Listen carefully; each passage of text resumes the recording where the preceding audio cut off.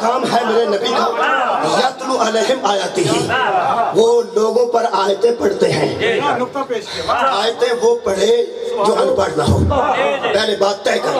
دوسری بات وَيُزَكِّيهِمْ، یہ نبی کا کام ہے کہ لوگوں کا تزکیہ نفس کرے، لوگوں کے نفوس کو طہارت دینے والے کو مصطفیٰ کہتے ہیں۔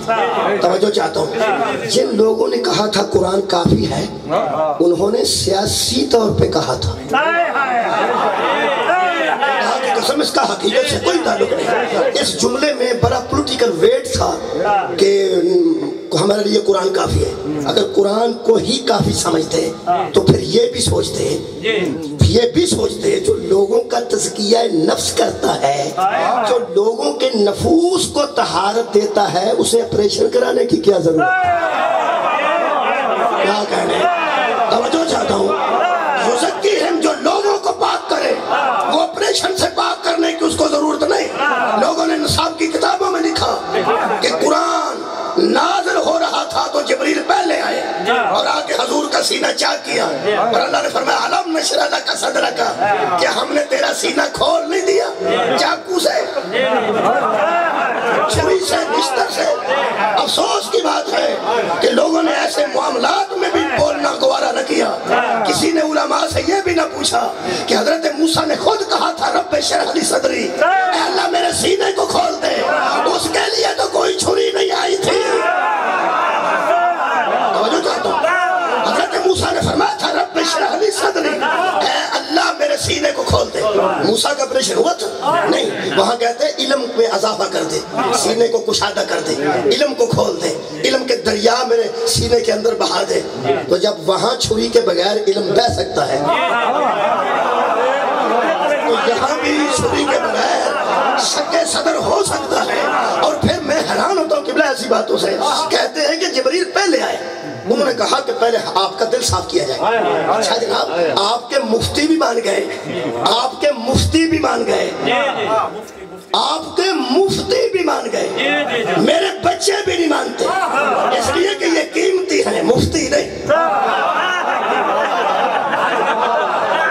ہمارے بچے الحمدللہ قیمتی ہیں، تیرے بڑے بڑے مفتی بھی مان گئے کہ آپریشن ہوا تھا اور درمیان میں سے دل میں سے کوئی چیز نکالی تھی۔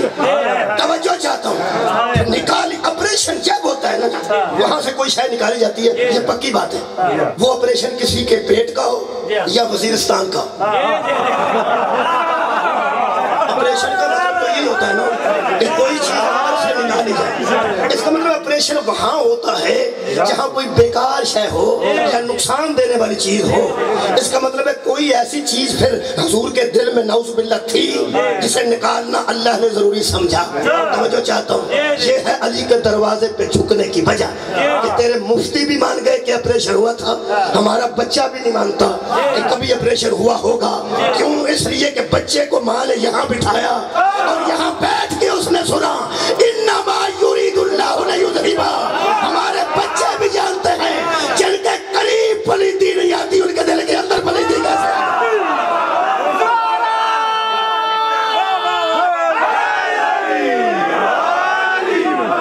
اللہ کا ارادہ ہے کہ میں نجاست کو تم سے دور رکھوں۔ اچھا کوئی بات نہیں، میں تو کبھی ڈرتا ہی نہیں، باتیں کرتا ہوں ڈرتا نہیں، جواب دیتا ہوں لڑتا نہیں۔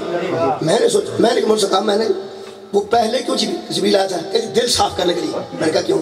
کہنے لگے جی اس دل میں قرآن اترنے والا تھا۔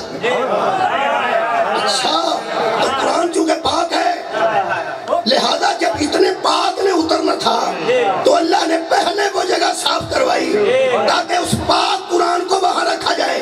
میں نے کہا پھر لطف آ گیا اس بات پہ پکے رہنا کہ جہاں کسی پاک نے آنا ہو اس جگہ کا پاک ہونا پہلے ضروری ہے۔